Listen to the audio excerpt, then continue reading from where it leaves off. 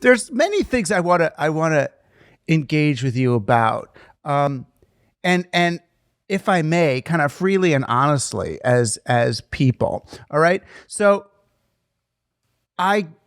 when I read your stuff, well, not when I read this book, this latest book, Uncertain Places, I love it's just nooks and crannies of joy. You know what I mean? It's got this feeling of like these different, it's like wandering around an ancient city that you don't know, and you just keep going, oh, here's a new weird place, and you're just there. You're suddenly, you know what I mean? I'm not worried about structure. I'm not worried about the overall arguments. I'm just like in a state of wonder at the arguments, but at the textures that inform the arguments. Do you know what I mean? It's like, let's be in this thought space a while, this headspace, and then how does that make me feel? So in some ways, the book refutes whatever my worries were, but my worries when I listen to you on podcasts is the amount of freedom you've afforded yourself is scary to me. As I'm a nice Jewish boy I'm responsible for my family and my earnings and my parents and all those kinds of things. And then I look at your let's call it transformation, because it has no judgment then. I look at your transformation and it reminds me of like my problems with the Buddha, which was always like, well, wait a minute. He kind of left his family to go be the Buddha. And are we allowed to just do that? Just go and leave leave our things and be what, and my own will. It's like, to my own will be true. It's like, yeah, I usually put my will kind of last. It's everybody else's will. I mean, maybe not the state, but everybody else's will. And then, okay, if there's room, I'll get some of my will in there. I mean, do you wrestle with like the dynamic between your responsibility to others and your responsibility to thine own true self? I do wrestle with it. In fact, I was just wrestling with it last night. I was home alone as it happened, and I went into a very deep rabbit hole of rumination about that. I believe relationships are foundational to life, and I believe that paying of debt is foundational to life in the broadest sense. I have very few relationships. I have relationships, obviously, with my two sons. I have relationships with my partner, Jacqueline. I have very few friends. I have business relationships, and I am indebted to all those things. If you pay me to mow your lawn and I violate that agreement, I'm going to pay for that in a very serious way. All the more so, obligations to my children, obligations to my partner, obligations to my few friends.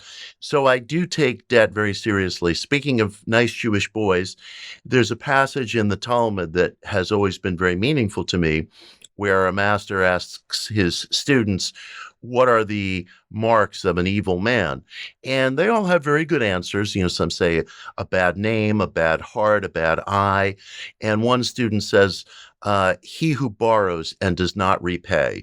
And the master says, I approve of your words because everyone else's are enfolded in yours. And I take that very seriously. So that's part of my search. I'm not a libertine, and any one of us is, of course, free to break our word or dispense with relationships, but I think it's folly to assume that there's not grave debt there. Plus, it's not something that I wish to do. Right. So how would you describe kind of what happened to you?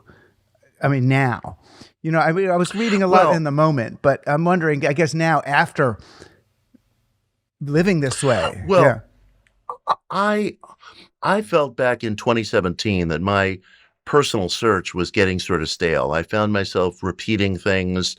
I also found myself, and I was very, very troubled by this, and I'm still on the lookout for this, and that's a big part of my search. Everything that I was imbibing, every thought system that I was interested in was in large measure being reprocessed to me, and I was reprocessing it to myself through the Abrahamic religious traditions, Judaism, Christianity, Islam, which seem overwhelmingly persuasive and familiar to many Western people, by dint of centuries and centuries of repetition.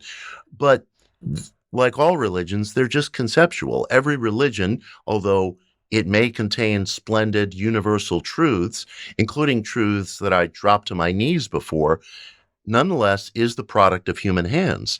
And I began to really question some of the familiarities, some of the decisions that had gotten made in the faiths, and how and whether they applied to my search in the 21st century. And I began upending everything.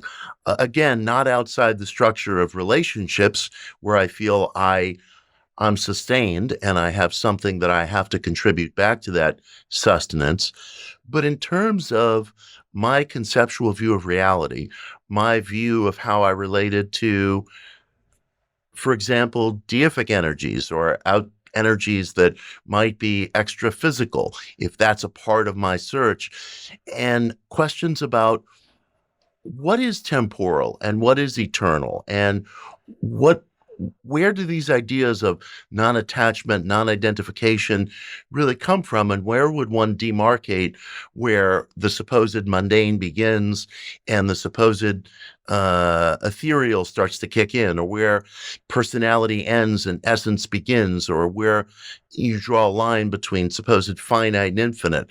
And what if it's all one thing? And what if one change in that schema, apropos of chaos theory or chaos magic, could reverberate throughout everything? So there was a whole retinue of structures that I thought were impeding my search. And that I suppose is the before and after of that aspect of my journey. I mean, it's an interesting question because I've been either stuck there or back and forth on that point, I guess, for a long, long time, where, I got over the idea of searching for enlightenment because there's such duality in that. Oh, what was it like before you were enlightened? Now what's it like after? Right. And every dude I knew who said he was enlightened was basically, a blowjob masters, whatever. I'll give you some Shakti pot. Or we'll stick a shiv right between your ribs the moment you look the other way. Really, either real or virtual, but one way or the other. But then I look at in my own tradition, in Judaism, okay, it's, Shabbat. And now we're going to have this sacred time. And then at the end of the sacred time, we burn this special little wheat woven candle, have Havdalah, and go back to secular time. And I'm like, well, what the fuck is this? I mean, I'm okay saying, okay, as a social construction, let's acknowledge from Friday night to Saturday night, let's acknowledge that we're living in a sacred space. But why shouldn't the whole thing be sacred? Why make that distinction again? And then I end up getting it more into almost like sort of Krishnamurti, all paths are the path thing, but the problem then with that, if when I go to everything is sacred and all that is like, well, then what's my practice? What's left? Then I'm just living life. So it's tricky. It's so tricky and it's so fascinating. Yesterday I was reading this article in the Wall Street Journal that a recent poll found that Catholic clergy tended to be more conservative than Catholic congregants here in the United States, and that gap was growing wider and wider according to this poll. And yet it's tricky because within Catholicism, for example, the more socially conservative forces tend also to be the more mystical ones as well, at least going back to Vatican II. And Vatican II is seen as ushering in a somewhat more inclusive or socially liberal culture in the church. And the current pope has, to some degree, abetted that. But when you dig into the lives and the careers of some of the real supposed hardcore conservatives, including some of the thinkers and figures around Pope John Paul II, they were also the more hardcore mystical. They believed in signs and wonders. They believed in miraculous healings. They wanted the church to beatify more saints, which Pope John Paul II did. And it's tricky too in Judaism because, of course, the Hasidic Jew sacralizes or attempts to every aspect of life. And yet that person in many cases is also very removed from the secular life that we're engaged in right now. They use flip phones. They in many cases don't speak English. They speak Yiddish, and their social attitudes are extremely conservative. And sometimes, although I'm not singling them out by any means, extremely selfish, where money that is public is directed to extreme parochial schools and so forth. So it's a very tough mixed bag. The people in our midst, and we have them, who have elected to sacralize all of life, can also be in some ways out of step with life as we know it, as many of your listeners know it, that can be jarring and disturbing. So it's a tough needle to thread. It is. I mean, but even just from an ethical standpoint, if you want to live a sacred life, it's really hard to walk into a Walmart, or certainly as a customer, because you understand if you have a regular sitting practice, you can't purchase something at Walmart without thinking, what's the total carbon footprint of this? What enslaved people made this thing? Where was it shipped from? Where were the materials taken?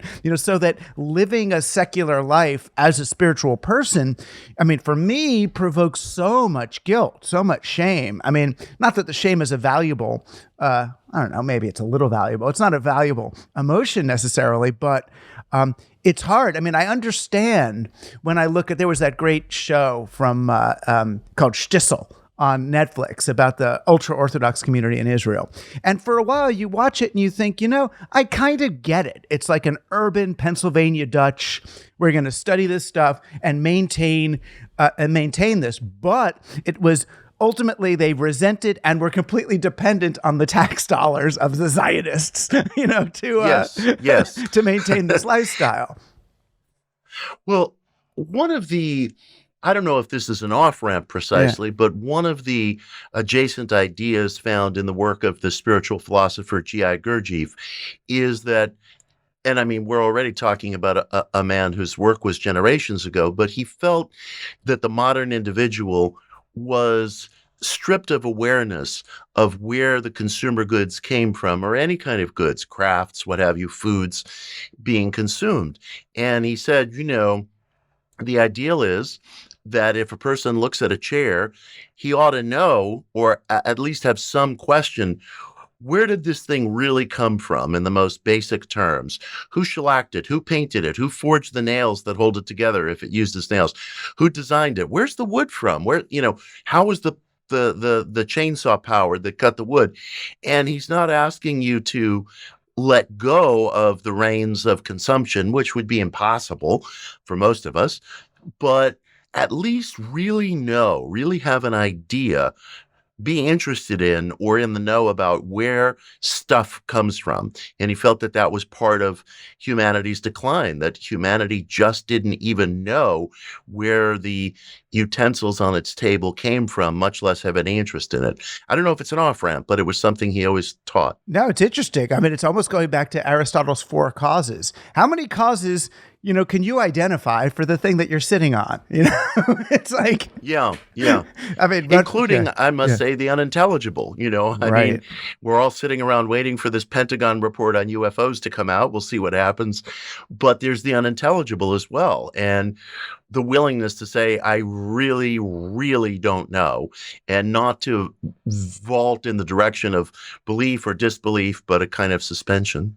And that's a lot of your work, and I want to almost go over some of the chapters because they're like little essays in the new book. But a lot of your work seems to be about helping us tolerate the unknown. Just tolerate. Just how do you for me, it's how do you experience that the unknown and the uncertain as pleasurable, as if we seek out the uncertain as our sport rather than avoid the uncertain as a fear. You know what I mean?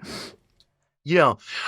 It's funny. In a lot of spiritual traditions, we're taught that the seeker has to verify things for him or herself. But I find that that's offered more politically than it is actually, because in practice, most of the time, the idea is, well, go away, think this over, and when you agree with exactly what I do, then come back and we'll move on to the next chapter. Whereas I had a epiphanic moment years ago where I was sitting in a group meeting of a very intellectually driven group dedicated to studying esoteric spiritual ideas. And it was a group composed of really, really fine first-class intellects. And I asked a question of one of the senior members, and he misheard my question, but his response proved very valuable. He said, there are no shortcuts. And we all are inclined to nod our heads in agreement with that because it sounds as natural a piece of advice as washing your hands. And yet I thought to myself, I don't know that. I don't know, in fact, that there are no shortcuts. You're saying there are no accelerants? Well, William James talked about accelerants. He talked about conversion experiences or moments of clarity. And some people who are Christian talk about born-again experiences. And there could be any number of things.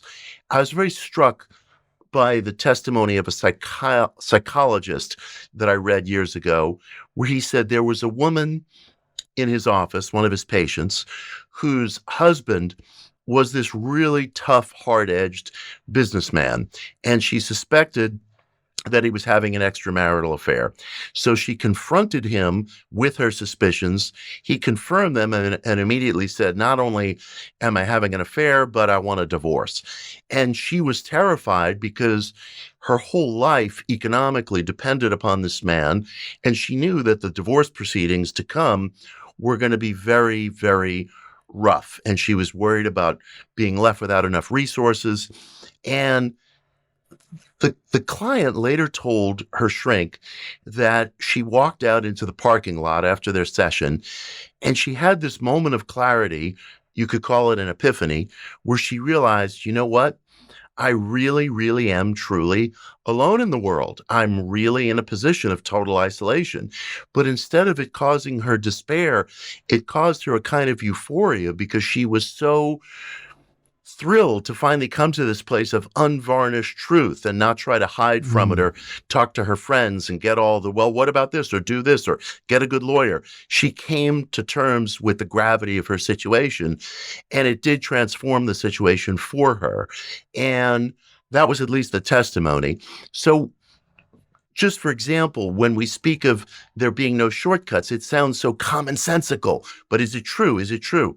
I'm citing a very elementary example, but there could be other things in a person's life, including material things, it must be said, that could just open a doorway that's never been considered.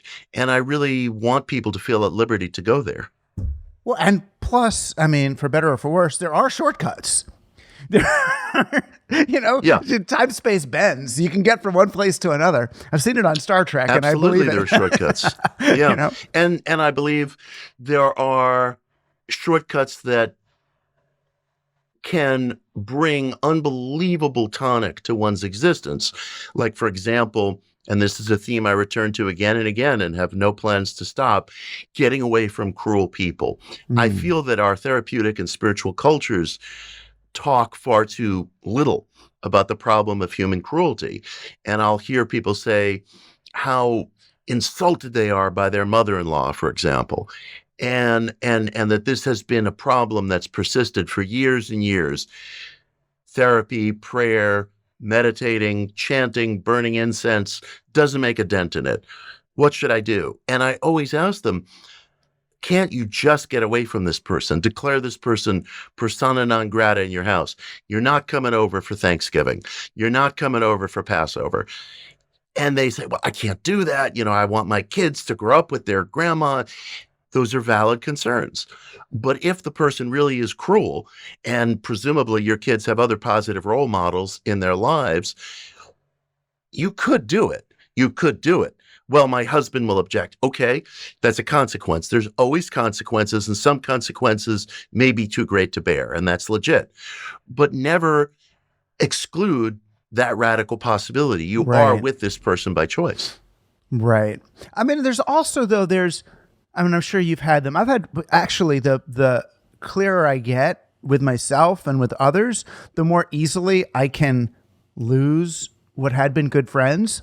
I've got some friends who've either changed, not just because they've changed politically, but they've gotten really mean spirited in their political transformation in ways that are just, or people who've just done wrong, and I'll cut them off, but then feel like, well, there's going to be karmic debt in that. Here's this soul that I haven't resolved with, so now I'm going to have to come back and see this person again and deal with it. Do you know what I mean? There's that fear that I haven't done the necessary work.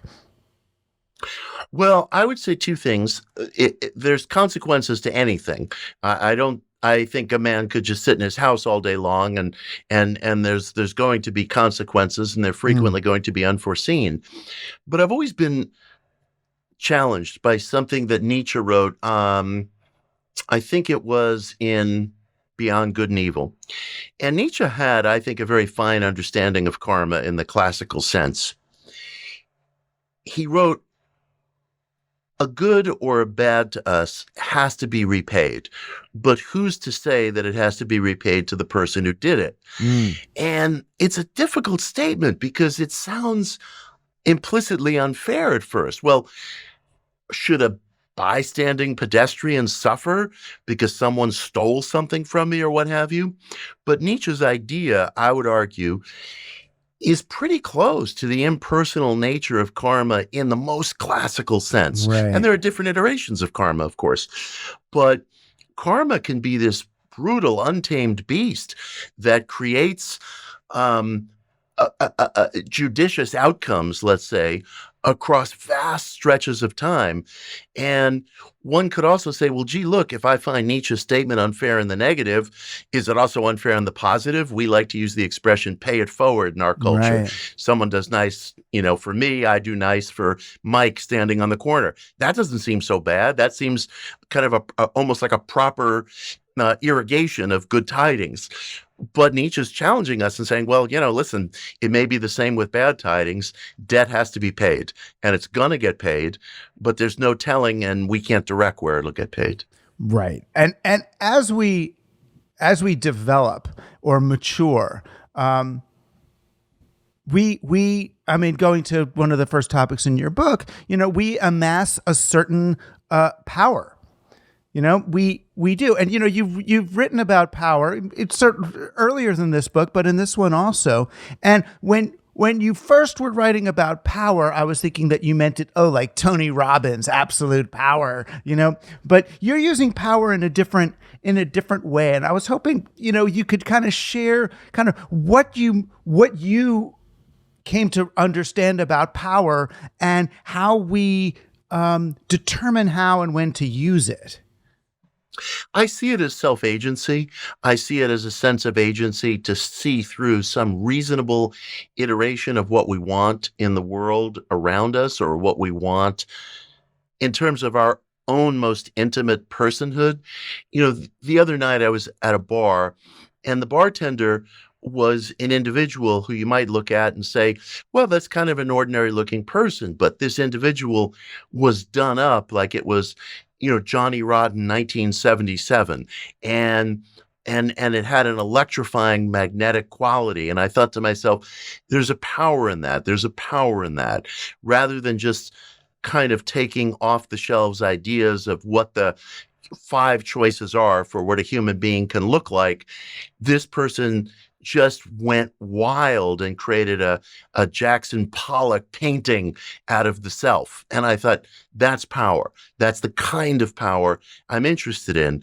And it could go in all directions, I must say. The reviled Donald Trump made a statement that I've never been able to find, but it sounds a hell of a lot like him. He said to a financial reporter years ago, what good is something if you can't put your name on it? And I thought to myself, that's so disgusting. That's everything I hate about Trump. I've got 10 different good answers right here for that, mister. But I thought, why not just live with that for a second? Why not just live with that grotesque statement for a second? Because I remember years ago, an editor of an academic journal said to me, you don't have to put your name on everything that you write. And I thought to myself, that is a formula for utter frustration. I want to be expressive. I want to be seen. I want there to be an audience. I feel torn apart by that suggestion. And these are the kinds of questions that I find myself confronting in matters of power. And I think we as a spiritual or a seeking community, have to be willing to engage those questions and not just think power, that's grotesque, that's Donald Trump, that's Darth Vader before he became so sympathetic, and we all have that yearning, and I think that we do an injustice to ourselves to hide from it.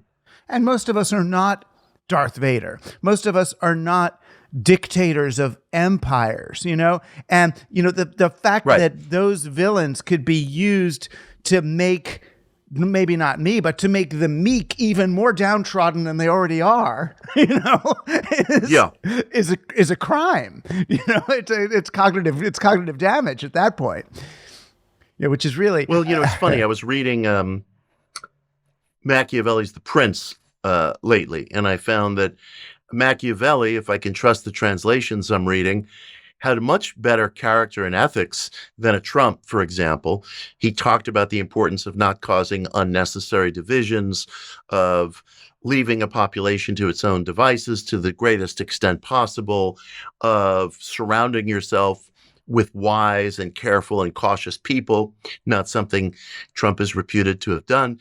And it's interesting as well because Machiavelli, who is seen as the dark lord of realpolitik, was also operating in a Europe where treaties very often didn't hold. There were court intrigues and backstabbings everywhere. And his attitude was, look, I am just dealing with the world as it's been handed down to me. And here's my advice, take it or leave it. So it's interesting, what you were saying, though, about we're not all, dictators or rulers of empire or what have you. It's so important that we be willing to engage these principles in terms of the quotidian realities of day-to-day life. You say to somebody, well, I believe in this, and then the Hitler equation is two beats away. Yeah. Whereas, of course, most of us don't deal with questions of ultimate evil or ultimate violence, but we deal with questions of, will I really keep my word to somebody because I said I would do something, or will I be 48 hours late, or will I do this, or will I do that? And more importantly, what do I do that does violence to another person emotionally, subtly insulting them or putting them down or, looking for a fight or, asking a rhetorical question? Those are the things that are really within our grasp to grapple with, whereas the ultimate questions most of the time are not. Most of the time they're not, but, and your books certainly go into this, is that there is that sense of a slippery slope from, theosophy and Norman Vincent Peale and the power of positive thinking to Trump, to Evola, to Bannon, to hell. Yeah. Right? Yeah. And it concerns me because, I see even people I respect then kind of, maybe without enough research, kind of quoting theosophy and saying, oh, I'm going to, I want to take a sort of Blavatsky approach toward this political situation. And like saying, well, do you understand kind of where that it goes to a kind of nasty place if you're not really careful? Well, it's interesting. I recognize what you're saying. I absolutely do. And Steve Bannon is an interesting example. Steve and I used to be friends, and I've cut off that relationship because I can't stomach this election denialism. That's the place where I will never go. I find it just absolutely undermining of everything that glues our society together. I also think it's just flat out wrong and provably so. Yeah. And then yet, I must say, Douglas, like you, I'm sure, I've known so many people who use terms like service or thy will be done or, inclusivity or what have you. And they're power seeking in the most grotesque way. I've been in progressive organizations where, I mean, if it was a hurricane and, somebody wouldn't drive 2 blocks out of their No, way to make sure you I've got home safe. And I mean that quite literally. I know, and I don't talk about them on this show so much, but I will to you. I've got some of my, best friends from Ivy League colleges who I knew who go, work for the blue this or the blue that, and they are looking at the map of Democratic candidates to figure out which one they can become a consultant for and make the most money.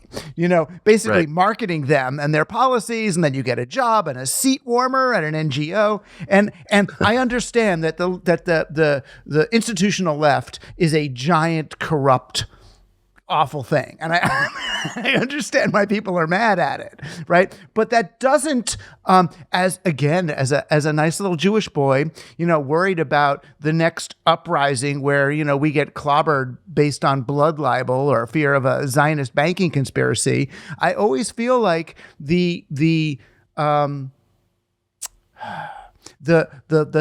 theosophic strain is often just a warning light for me that, okay, where is this particular movement going? And are they a danger to me? I would say this. In practice, and I'm very deeply ensconced in the Theosophical Society. It's the one organization in which I actually have membership or hasn't kicked me out yet, So as we're speaking, I'm deeply ensconced, and I don't find the things that you're referencing present in Right. practice. I think they're larger kind of cultural strains. Right. And look, Madame Blavatsky, she wrote, as many people did in the Victorian era, in very, very careless ways about kind of, I guess, neo-Darwinism, maybe I could say, neo-Darwinism.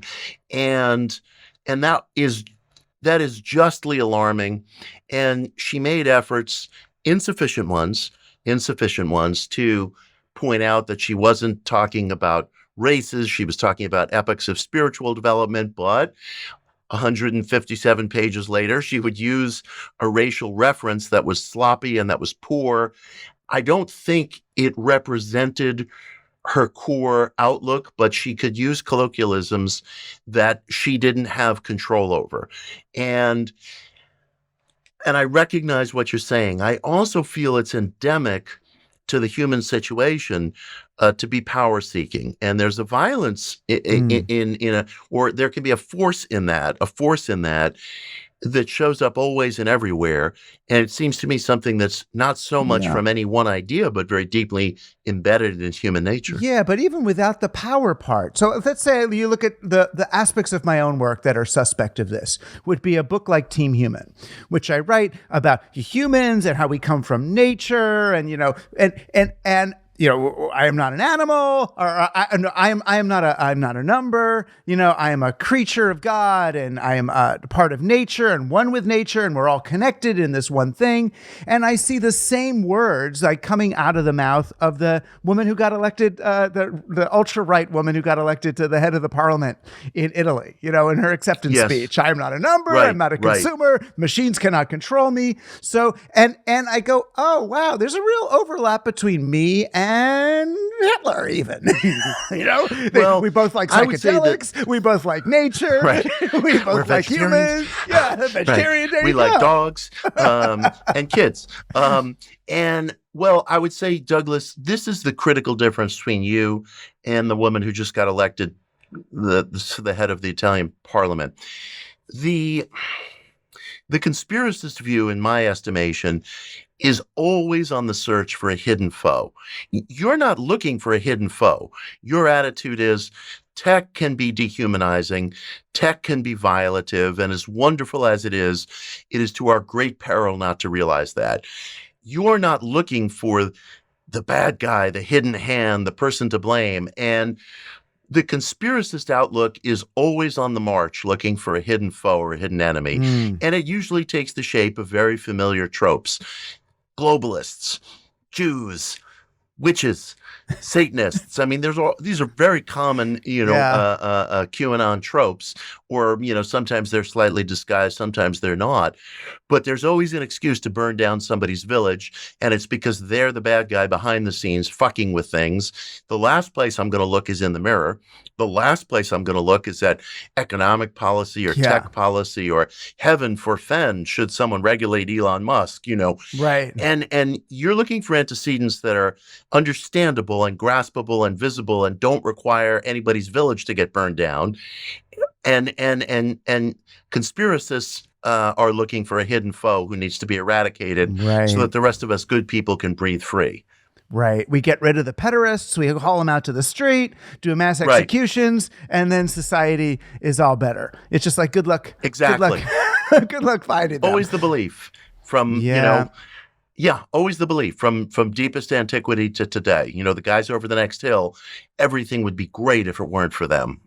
Right, because all the way back to Sodom, it's Sodom. I still don't know what they were doing in Gomorrah, but I know what they were doing in Sodom, and I've done it myself, and it's not a bad thing. Right. At least the main thing. You've Gomorrized. Right. I haven't Gomorrized. You're a Gomorrant. Yeah. I might have Gomorrized. I just the definition has not stayed. Oh my gosh! But there is, even if there's not a secret enemy, there is, and you've written about it too, the sort of Western mechanization and domination. This seeming. I won't call it a conspiracy, but this conscious effort by early scientists, to say Royal Academy of Scientists, along with Francis Bacon, to vilify their competition, which was women healers who knew how to use everything, to call them witches. And these guys are atheists. They obviously don't believe in witchcraft, and they call the women witches to get approval of the church. And we seem to for the last 500 years anyway, that they've been dominating thought, which is why what you do is considered countercultural at this point, even though it's the most pro-cultural activity I can imagine. And what they do is the real culture. So how do you believe that we can sort of reverse or temper or balance this sort of, what some of us call white male toxic masculinity, but is really just this sort of Western mechanism domination mindset? It's what I've been writing about, but I don't really know how to reverse it except to stop buying their stuff and hang out with each other.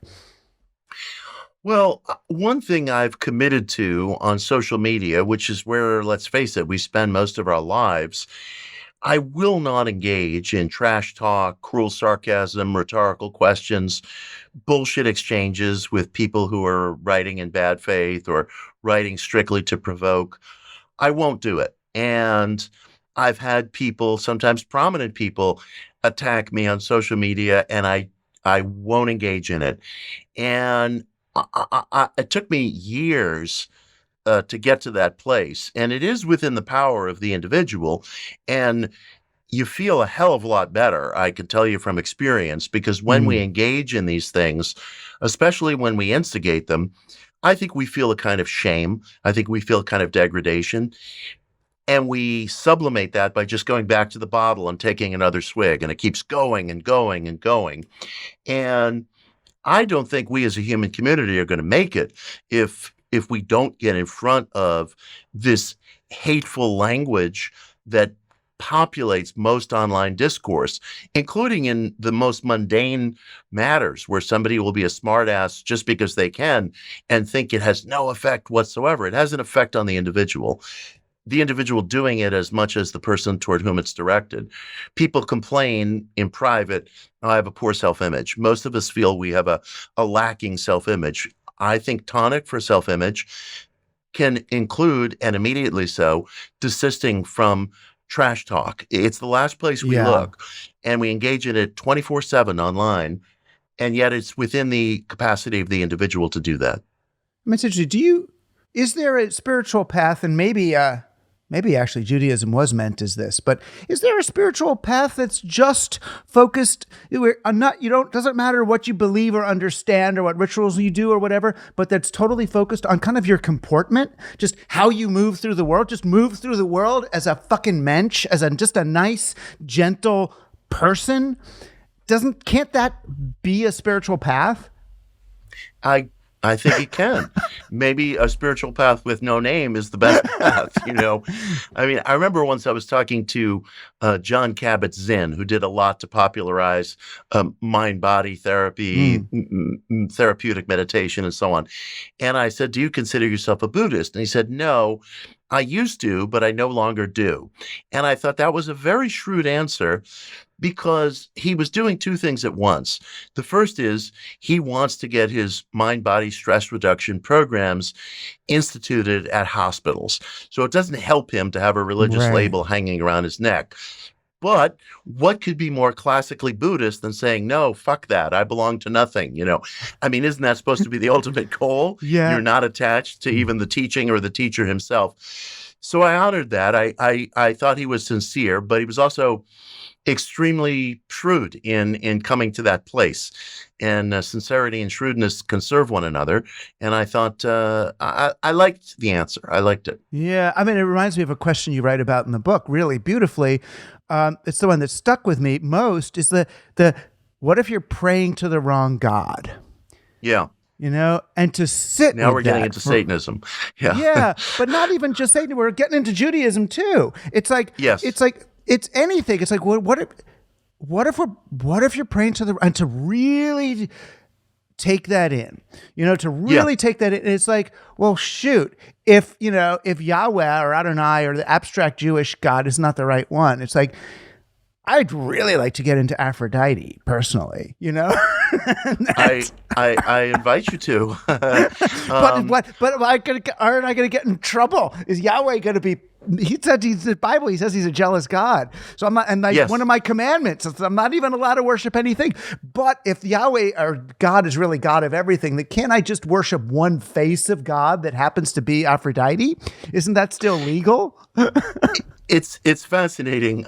There's so much to unpack there, but I've gotten in a lot of trouble for that passage. What if you're praying to the wrong God? It's That the most passage valuable. got me It's the most valuable passage you've written in your career. For me, it's the most valuable passage you. because it's unsolvable. Yeah. I appreciate that very deeply. I got kicked out of a New Age organization with whom I had years of productive collaboration. That's okay. because Now of you're that a very member of Team. sentence. We'll take you in Team Human. You're a special Team Human. honorific member. It Team compensates. hominid, as we Yes. and Team hom- because I'm getting interested in Neanderthal religion. Yeah. Okay. But Yeah. Team Hominid. Fine. It's funny when I received my letter of dismissal, it was that very phrase, "What if you're praying to the wrong God?" that the boss man felt the most umbrage over,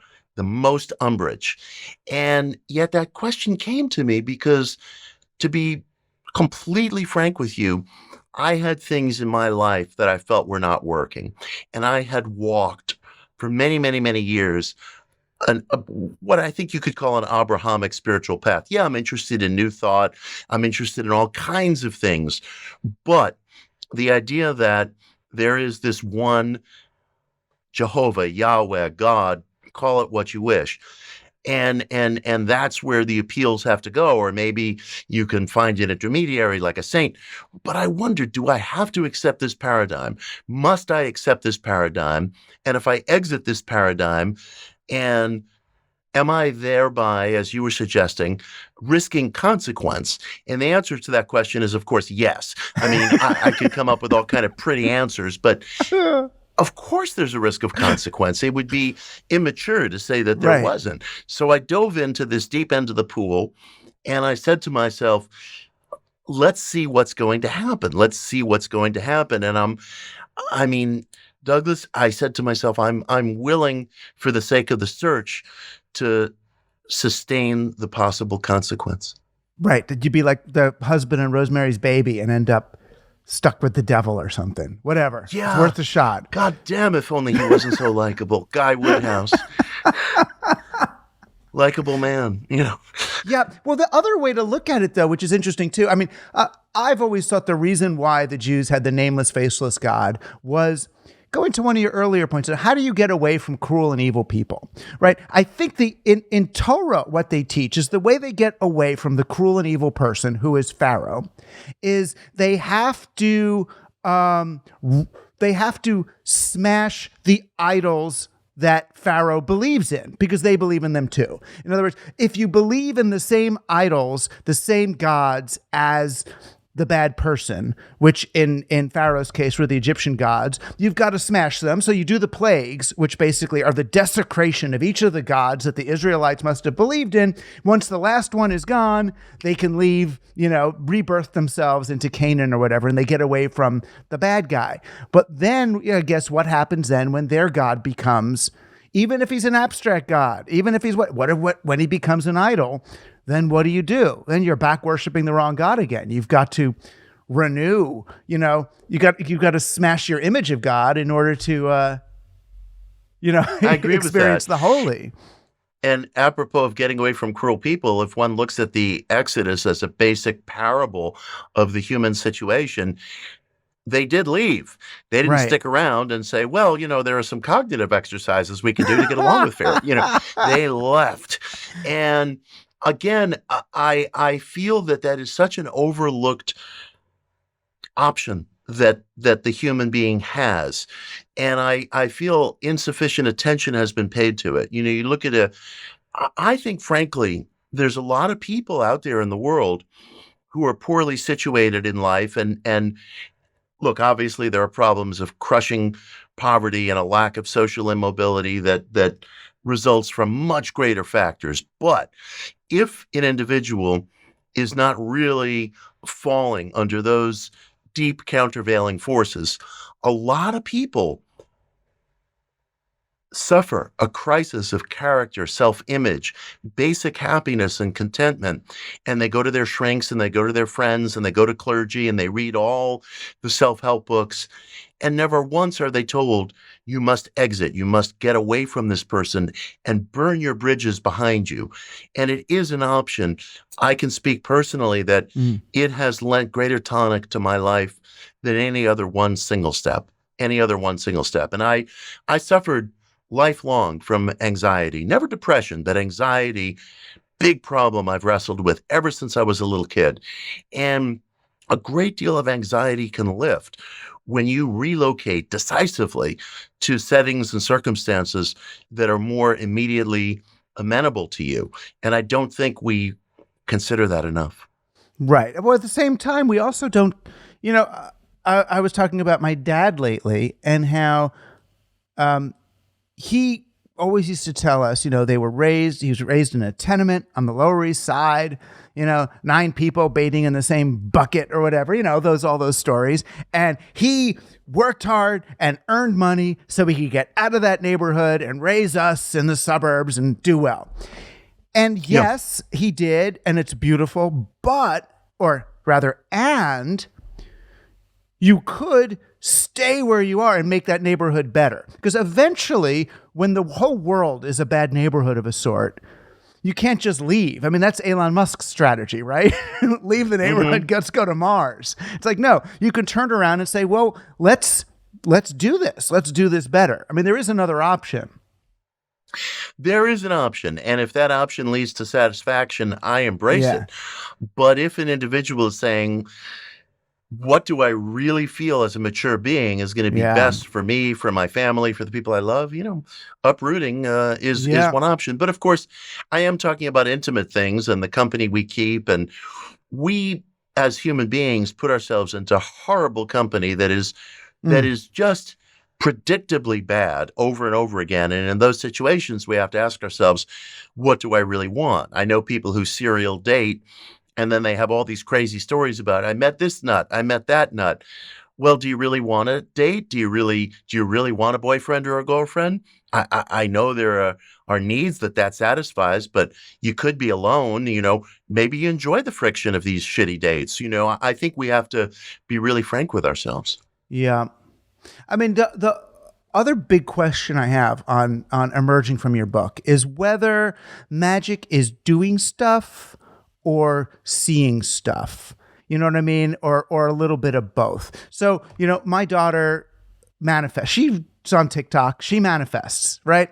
And she fully believes, and she just had this whole it's just the process through which you apply to college is awful. And she ended up, there's the one college she really, really wanted to go to, and we knew the day that they're going to send the message and all. She leaves rehearsal from high school early so we can go home and she can check the computer or whatever to see what happened. And she gets in the car, and we have the Broadway satellite whatever station on in the car, and the song comes on from Urinetown. And she goes, "Oh my God, I was just talking about that song with my friend in the rehearsal. I got in." So for her, and then 5 minutes later, the announcement is on her thing, she got in.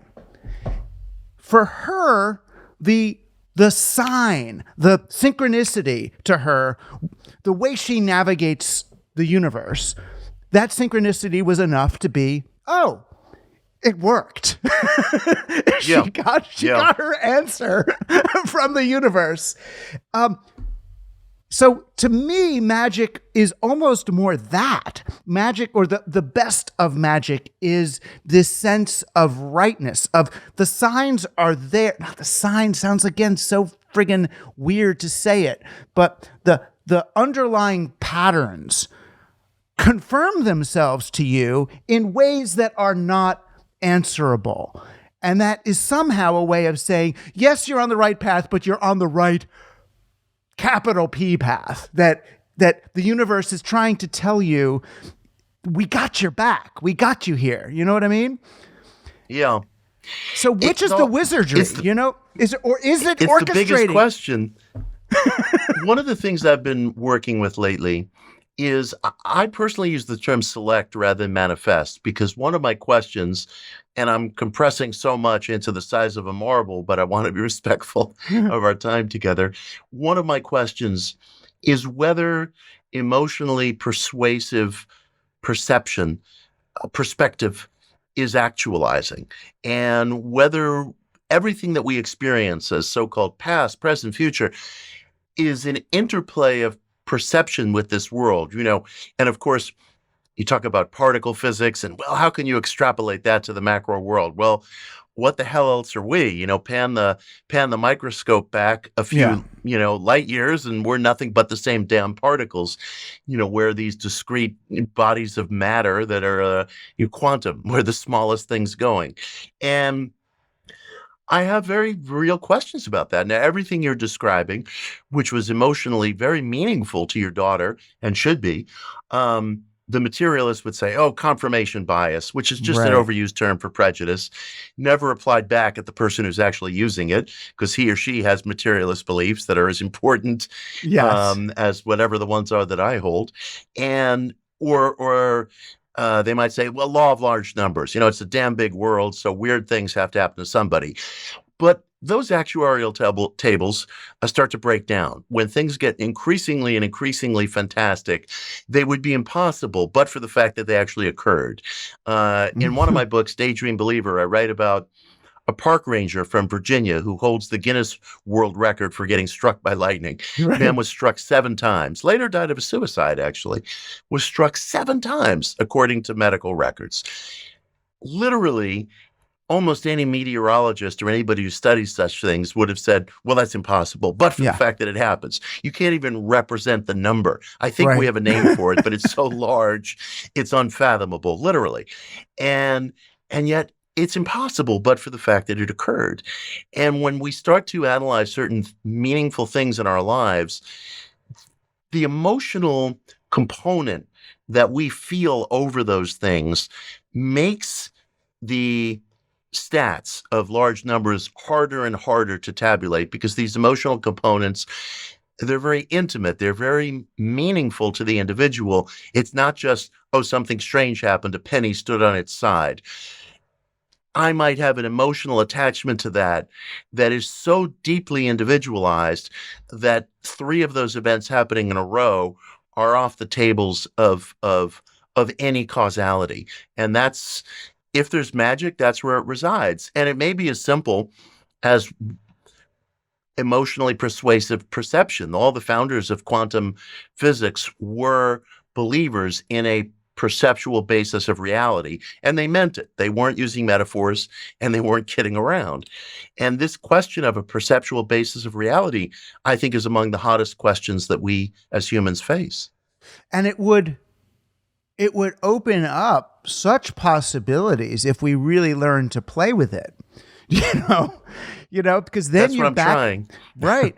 Because then it becomes a great defense, and I would even call it positive thinking. It becomes a great defense of intentional thinking. Of thinking Yes. intended to do stuff. Exactly. Determinative thinking is one of the phrases that I use and that I more and more prefer. The the potential cruelty of positive thinking is not so much that it blames the victim, although that does go on, and Yeah. I care about that. But the potential cruelty is that the formula is always you have to work yourself into the feeling state of having received the thing desired. It's scriptural in basis, where Christ taught, pray as though you've received, and so you shall. So it becomes this question of faith. But the person who's in grief or anxiety or depression, or who's afraid, and very legitimately afraid perhaps, they can't work themselves into that emotional state. The emotions are stronger than thought, or we wouldn't be suffering from addictions or emotional outbursts or what have you. Emotions run on their own track, and they're incredibly powerful. So asking someone to condition their emotions is almost to ask the impossible in many cases. I've wondered whether the clearly defined intention, wish, determination, whatever you call it, itself may be enough to trigger those perceptual agencies, if I can put it in that sense. Could we, apropos of your wish for a kind of religion without liturgy, without rules, without walls, could we, just via the focused and passionately felt wish in and of itself, enact those energies or agencies, or whatever one wants to call them? They're all metaphors. And so that's something I'm experimenting with. Would that be an off-ramp from this conundrum that the positive thinking model, which is scripturally based, has left us with? Right. And it's also I remember when it was one of Bush's people that originally said, "Oh, we don't react to history. We make history." In other words, they were saying we create reality. It's okay. We're Republic. We're going to be fine. Democrats are busy doing policies. We just wish for what we want and it will happen. I forgot which Bush advisor it was. And I was like, well, that's actually kind of cool. I gotta go with that. But when we describe what you're really talking about, or what my daughter was experiencing, it's like, even if you do it with intention or something, there's a moment at which, and this is the favorite moment for me, there's a moment at which it changes from I'm gonna push the universe in a certain way, or I'm going to encourage the universe to open certain possibilities, to this other place of the universe is just my fucking friend. In other words, there's a let go, and then it's almost as if the momentum of life itself encourages all these things. Do you know what I mean? It's like you start not coasting exactly. You're still working and doing, but it's like the universe is not your enemy. It wants to collaborate with you. Do you know? Yeah, and it's a different perspective. It's a different orientation, a different mindset. It's one, I have to say, I've never really been able to get into because of the anxiety equation. Whatever causes it, I'm always catastrophizing. I'm always wondering, oh God, I don't have AA batteries, and my kid's not going to be able to use his Halloween costume, and he can be mad, and then I'm going to lose my, I'm using a very It sounds small like me example, going to. obviously. That's the way I go to sleep at night. It's always those things start circling in my head. Right. Sleep and wake, and so I've never been able to get into that place of viewing my surroundings as a friend. But that's why this question of a focused, really clarified, passionately felt and defined wish, if there's something there to the perceptual basis of reality that can be extrapolated into daily life, I'm working with that. I'm working with it. But the wish part feels so kind of Western and anti-Buddhist, right? If you're a Buddhist, you don't make a preference. I don't want to be. I mean, I remember arguing with McKenna about this back when. If you're a real Buddhist, you can't even take DMT, right? Because you're intentionally changing your state to something else. Well, what's wrong with where you are? I dig that, and I think what you framed is accurate. This is why I actually do part ways, I would say, both with Vedic and Abrahamic tradition. Right.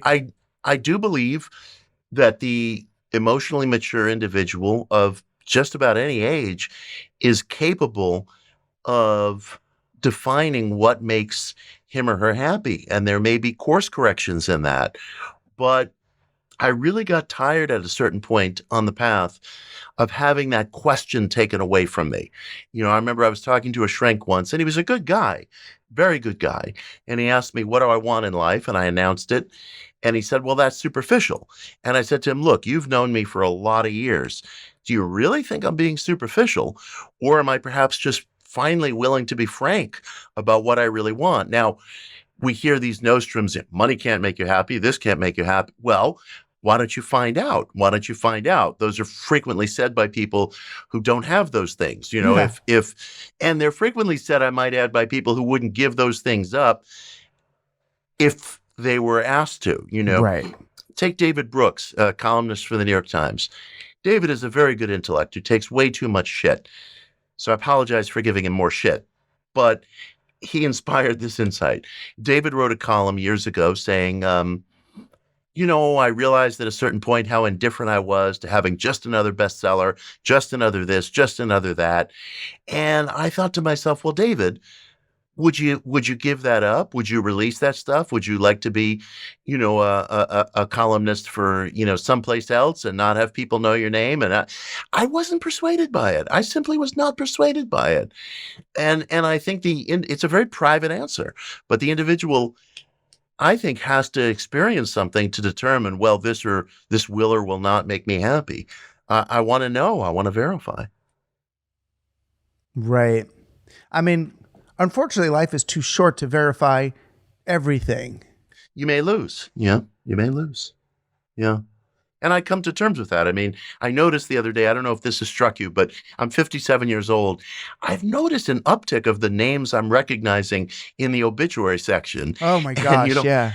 I mean, Jacob Needleman, Milton Viorst, and I'm like, why am I noticing more people? Oh, because the phone call is coming, and it's real and it's heavy. It's heavy, but I have to try. I have to try. It's I'm much heavy, happier but it's now also than I was.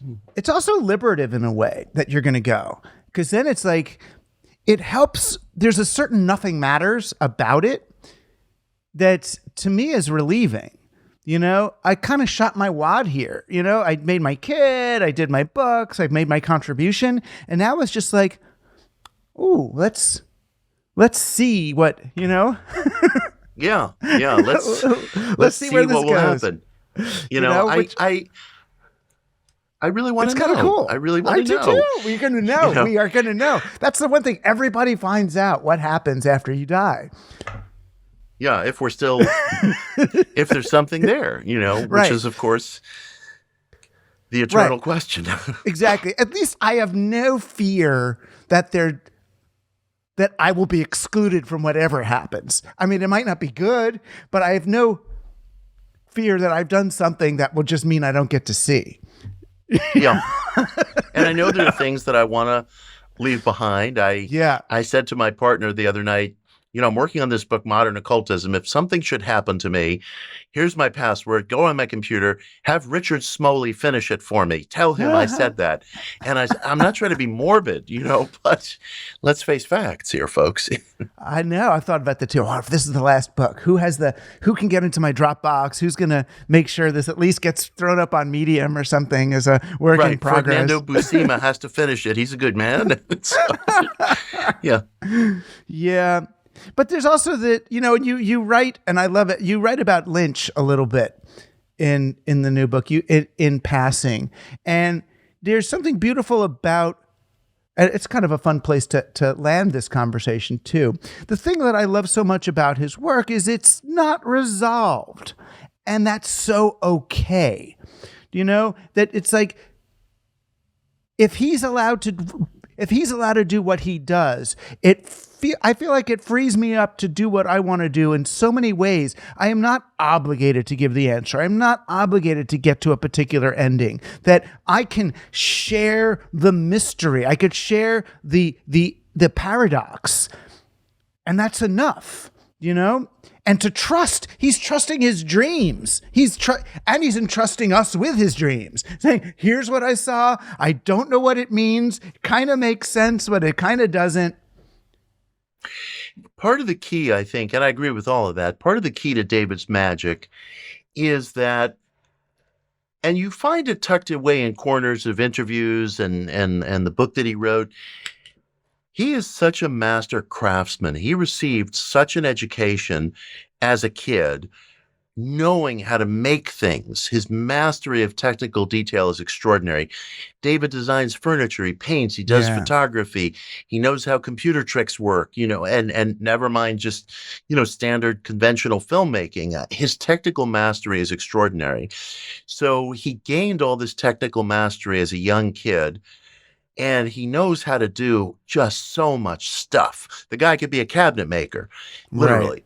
And I know, I've seen he has these videos that he shoots in his backyard on how to make different things. Yeah. It's crazy. It's crazy. In that movie, what was it? Lost Highway.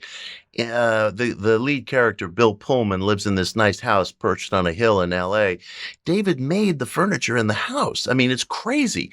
That's what he does. Almost like, I'm not going to say like picking his teeth, but obviously it's an effort. But he grew so educated as a kid in so many different things, and that capacity to marry hardcore know-how to dreams gives him the ability to just tear up the rule book like all the great artists. He was able to do it. I always say to people, Mulholland Drive for the first 45 minutes is this gripping thriller, and then it gets all trippy and wild and none of us know what's going on. But he could do Hitchcock. And then throw it out. But my God, the training that has to go into that. I tell people the hours that you have to log into your craft, whatever it may be, those hours, they are so requisite. They are so requisite. And, someone will say to me, I'd like to write a science fiction novel about X. Well, you can do that. Just spend 30 years alone in a room, drinking Gatorade and pulling on your vape stick, and you may damn well accomplish that. So the dreams are there and they matter. But that skill set... But there's no shortcut to that skill set, right? That is true. Not that I've ever witnessed. Unless, you're Muhammad receiving the verses, unless, a person places stock in that. You could, I suppose. Helen Schuckman said that Course in Miracles just came to her. She never intended to. So, but to allow for that shortcut, I suppose you'd have to allow for the extra physical. But it's never been the case for me. I mean, anything I'm proud of has come from just arduous sweat equity. And then I can dance, Yeah, but that's the same in your occult and magical education and practice too. I mean, you've been doing this for a while, reading a heck of a lot. Yeah. Yeah. Although it came to me late in life too. I always like to remind people that I didn't publish my first book, Occult America, until I was 43, going on 44. So that's part of the reason why I value it so much. It came relatively late in life. Right. But you were reading a lot. I mean, you were publishing and reading and building a knowledge base. Yeah. Absolutely. And the stuff that I never want to go through again helped me enormously. I remember there was one publishing season where I was responsible for 17 books, which is ridiculous. And some of them were reprints and so forth. Some of them were anthologies, but still, everything requires effort. And I said to a friend of mine who was in the production department, I can't do it. I can't do it. And she said, you can and you will. And I'm really glad I went through that. I don't want to repeat going through it, but I'm glad I did because I can produce things quickly because of that training. I mean, it's almost like muscular training. But it's interesting. The things that some things will come super easily as if by magic, and other things you just work and work and work. It's there's always it's not one or the other is the thing, I guess. It's always going to be a bit of both. Well, Gurdjieff made an interesting observation about being financially destitute with a group of his students stranded in Paris. They had fled the Russian Revolution. Some of the students were in trouble for their lives because they were attached, maybe in minor ways, to the old regime. So they had to get out of there, and they made a very dangerous journey across Eastern Europe, Eurasia. They landed in Paris. They were destitute. And he said, I did everything I could to earn money, but we reached a point where we were busted and we were facing authentic disaster. And at that moment, his mother entered his room. She had arrived in Paris as part of a separate group of refugees a few days earlier, and she said, there's something that you gave me that has been a burden on me, and I want to return it to you. And she hands him a handkerchief. He unfolds it, and there's a very valuable, precious stone in this handkerchief that he gave her when she was fleeing Russia. And he thought, oh, I long ago thought this was bartered for food or bribing some border official. And he said, I could have just gotten up and danced for joy. And he said, life is like that. It's lawful. It's lawful. Just this undying effort in the direction of one aim. And then something breaks and you can never tell from where. And when Gurdjieff would say something was lawful, I take that very seriously because of the gravity of the man himself. He and his students were not infrequently in life or death situations. And it's not just, the guy at the New Age store saying, here, do this. There's a gravity from which that comes. I wrote a chapter about it called The Wish Machine in my book, Daydream Believer. And I think his account bears studying and bears reflecting on and bears experimenting with. And do you think it can happen on a civilizational level? If we feel as a civilization now, we're like, a penniless Gurdjieff trapped in a hotel room in near catastrophic potential doom. Do you think, I'm trying to stay hopeful that we can shift the way we understand what's happening to us or what we're doing and flip it, in a rather dramatically before it is too late? I don't know, Doug. I just simply don't know. Certainly, generational outlooks shift. I think we're living through one right now with the mainstreaming of the UFO thesis. People are still going to debate UFOs a hell of a lot, but with the release of the Pentagon pre-report and the reportage that got put on the front page of the New York Times by Leslie Kean, Helene Cooper, Ralph Blumenthal, it marked a change, a turnaround in our culture where people feel very at liberty to talk about these things at their jobs, at other places where otherwise they might not have. I feel a change from several years ago. So they do occur. They're rare, but they do occur. Yeah, funny. I remember Dennis Kucinich on the debate stage for the Democrats, and gosh, whatever that was, 96, 84 or something. And he gets up, yes, I've seen a UFO. And it's like the next day, it's like his poll numbers go from like 25 to 3. Right. Which, and perhaps they'd be the reverse today, I know. And, DeSantis should say he saw a UFO. And there you go. Well, I'm still looking out for them, but I really appreciate this. If you're whether or not your thoughts are causative in the greater universe, they've been causative for me.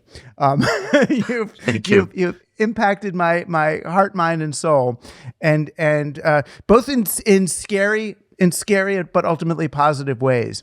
And I appreciate that. Thank you so much. Your writing in particular is really.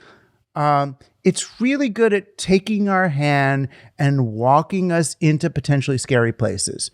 I appreciate that enormously. Thank you. Yeah, and for anyone who wants to read it, don't worry, he'll walk you back out again. He'll bring you safely back. So take the journey with Mitch Horowitz. Go to uncertain places with him, and you will certainly learn a lot. Thank you so much. It's so wonderful having this exchange with you. I really appreciate it. Thanks. I'm glad you're in my life. It really means a lot. Back at you for sure. For sure.